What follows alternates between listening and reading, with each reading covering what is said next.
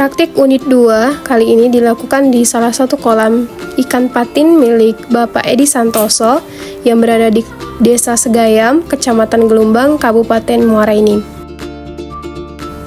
Pada budidaya ikan patin di sini terdapat 18 kolam, di mana 15 kolam itu isi 5.000 benih dan 3 kolam itu isi 10.000 benih.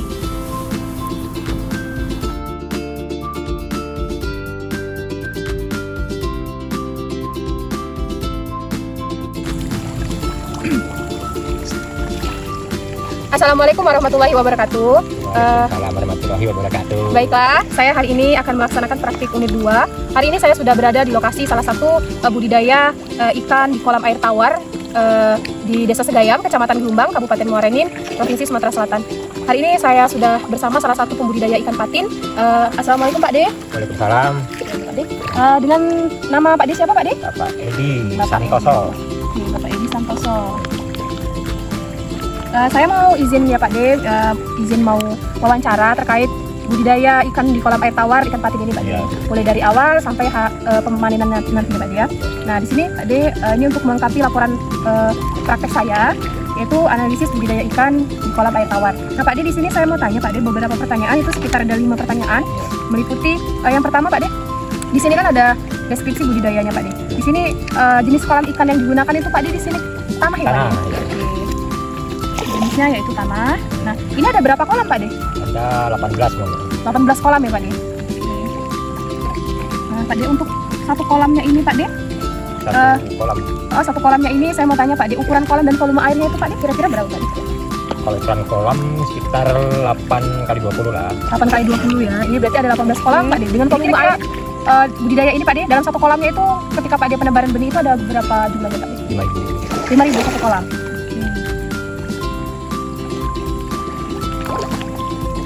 Nah, di sini Pak De, ini kan jenis ikan dan stadianya Pak De. Ada benih sampai pembesaran, berarti Pak De dari benihnya ya Pak De? Iya, dari awal. Sampai pemanenan nanti. Permainan. Oke. Nah, selanjutnya di sini ada pola budidayanya Pak De. Di sini monokultur ya Pak De ya, karena kan satu kan? Enggak ada Pak De atau budidaya ikan lain? Enggak ada. Oke, monokultur ya Pak De.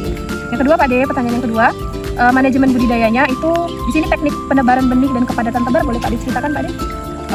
Teknik penebaran benihnya itu bagaimana? Ya, kita awal-awal kan kolam kosong itu diseban dulu kan. Itu diendapkan sebulan lah lamanya. Berarti sudah diisi air, itu diamkan dulu. diamkan dulu. Oke. Diamkan dulu. Sekitar 1 bulan. Oke. Selanjutnya Pak De? Kita baru melaksanakan pengecekan. Oh, pengecekan. Tes pH. Pengecekan SPH ya Pak De. Nah, di sini kan Pak De, untuk frekuensi di sini sistem pemberian pakannya itu bagaimana Pak De? Jenis dosisnya boleh Pak De ceritakan Pak De? Kalau dosis kita udah apa? Kita pakai dosis yang jelas, cuman perkiraan kita sudah kenyang sudah kan. Oh, oke. Berarti kalau pemberian pakannya ini pakannya menggunakan apa Pak De? Kalau pertama itu kalau masih kecil kan pakai PF 1000. PF? 1000. PF 1000. Kalau yang besar Pak De? Yang besar ya vitamin Tigo, Mintigo. Itu nama pakannya Pak De? Iya. Apa Pak De namanya? Mintigo. Oh, min 2, min 3. Oke. Kalau sudah besar lagi bikin daerah ini kan. Nah, ini nanti boleh ditunjukkan ya Pak De, bagaimana cara membuatnya Pak De ya. Oke. Nah, selanjutnya Pak De, di sini ada pengelolaan kualitas air. Nah, yang Pak De ukur tadi ya Pak De, menggunakan pH tadi itu Ya. pH-nya berapa Pak De? Yang bagus yang normal kan 6. 6. Oke. Nah, oke. Nah, di sini ada juga sistem pergantian airnya tuh atau pengelolaan airnya Pak De, bagaimana Pak De? Boleh diceritakan Pak De? Kalau masalah air tinggal perhatikan wae kalau misalnya sudah agak keruh apa surutan misalnya, kita tinggal isi wae dari luar kita kan ada ya. Oh, berarti kalau Pakai sudah alat keruh. itu mesin itu bagus. Oke, nanti kita tunjukkan Pak De ya. Nah, berarti setelah kalau dia sudah keruh itu diisi Pak De ya. Isi wae kita. Oke. Selanjutnya. Nah, di sini ada pencegahan dan penanganan penyakit. Ada atau tidak Pak De? Penanganan penyakit atau di sini ada penyakitnya? Kalau penyakit itu kadang ada sih, kadang tidak. Kita pakai jenis obatnya dewek lah. Kalau penyakit yang sering di sini ini apa? Sirip merah. Sirip merah. Sirip merah. Bintik merah. Sirip merah atau bintik merah ya Pak De? Yang sering kenal. Selanjutnya Itu rawan pada umur Umur kecil, pada umur awal sampai 1 bulan tuh yang rawan. awal sampai 1 bulan ya Pak De? Sampai 1 bulan. Pak De, saya mau tanya di sini ya Pak De. Di sini ada data produksi dan kinerja budidaya. Nah, yang pertama itu pertumbuhan ikannya itu berat dan panjang rata-rata awal tuh sampai akhir berapa Pak De? Kalau beratnya itu berapa Pak De? Kalau awal kan kecil, sekecil apa sampurna lah. Segini Pak De? Kecil-kecilnya? Nah, kecil kecil lagi lah. Oke, berarti kecil ya. Mungkin diameter. Nah, di sini kalau sudah dia sampai panen itu berapa kilo Pak De bobotnya? Siko. Satunya. Ada yang 8 on, ada yang 5 on, ada yang 3 on. Enggak satu kan. Berapa kurang tadi setengah kilo kan? Ya. Oke. Selanjutnya Pak De, di sini ada kelangsungan hidupnya tuh. Di sini budidayanya bagus nggak Pak De untuk kelangsungan hidupnya? Bagus lah, ya. bagus. Kalau misal persenannya itu berapa persen lah Pak De kemungkinan dia gagal dari 100%? 10% atau 10% ya. Berarti termasuk bagus ya Pak De ya? Bagus lah. 90% bagus lah. Selanjutnya Pak De, di sini estimasi produksi totalnya Pak De untuk seluruh produksinya ini berapa Pak De? Tadi kan satu kolam 5.000. Berarti sekitar semuanya Pak De 18 kolam? Itu kan tadi ada yang panjang 3. Oh, yang panjang 3. Sekian 10 ribuan itu kan yang panjang. Berarti 3 kolam itu isi 10.000.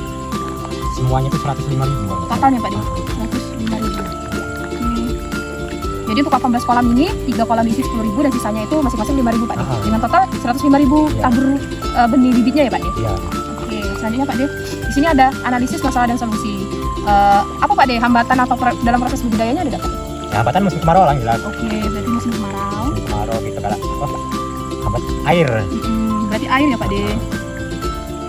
Selain itu Pak De ada Pak De? Nggak ada. Nggak ada ya. Oke.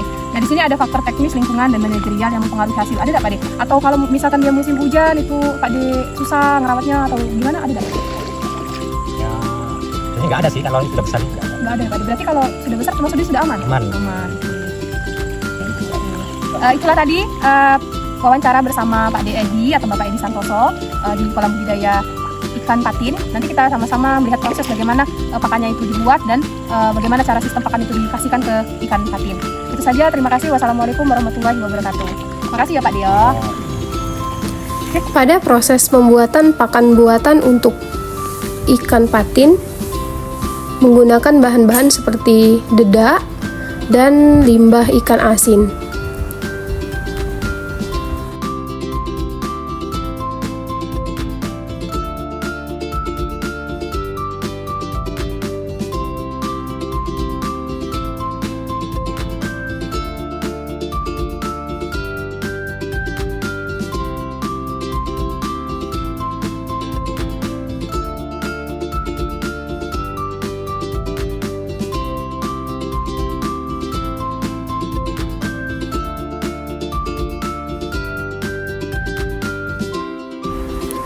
Proses pembuatannya yaitu dedak dicampurkan dengan limbah ikan asin yang kemudian diaduk hingga merata dan diberikan sedikit tambahan air .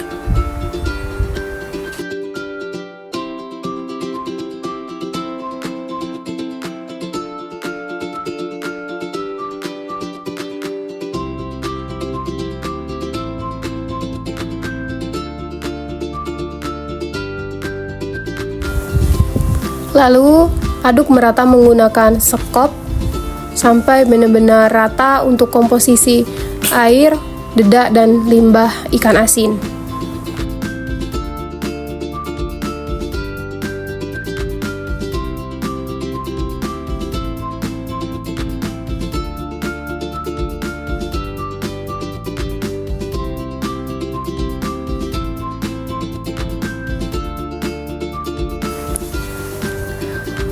Setelah proses pengadukan, bahan digiling menggunakan alat penggiling untuk membuat pakan ikan.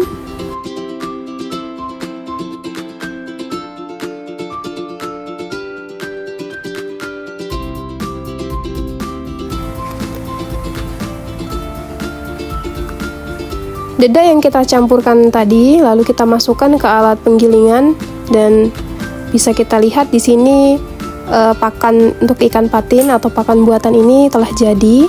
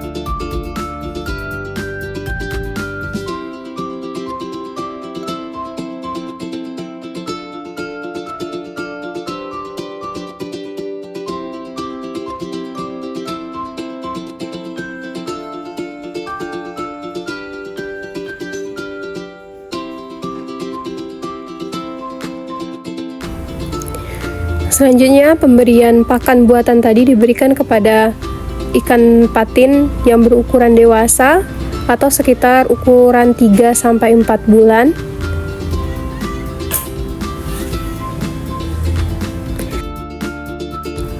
Pemberian pakan ikan patin dilakukan pada pagi, siang, dan sore hari, di mana dengan pemberian pakan sesuai dengan kebutuhan ikan patin tersebut.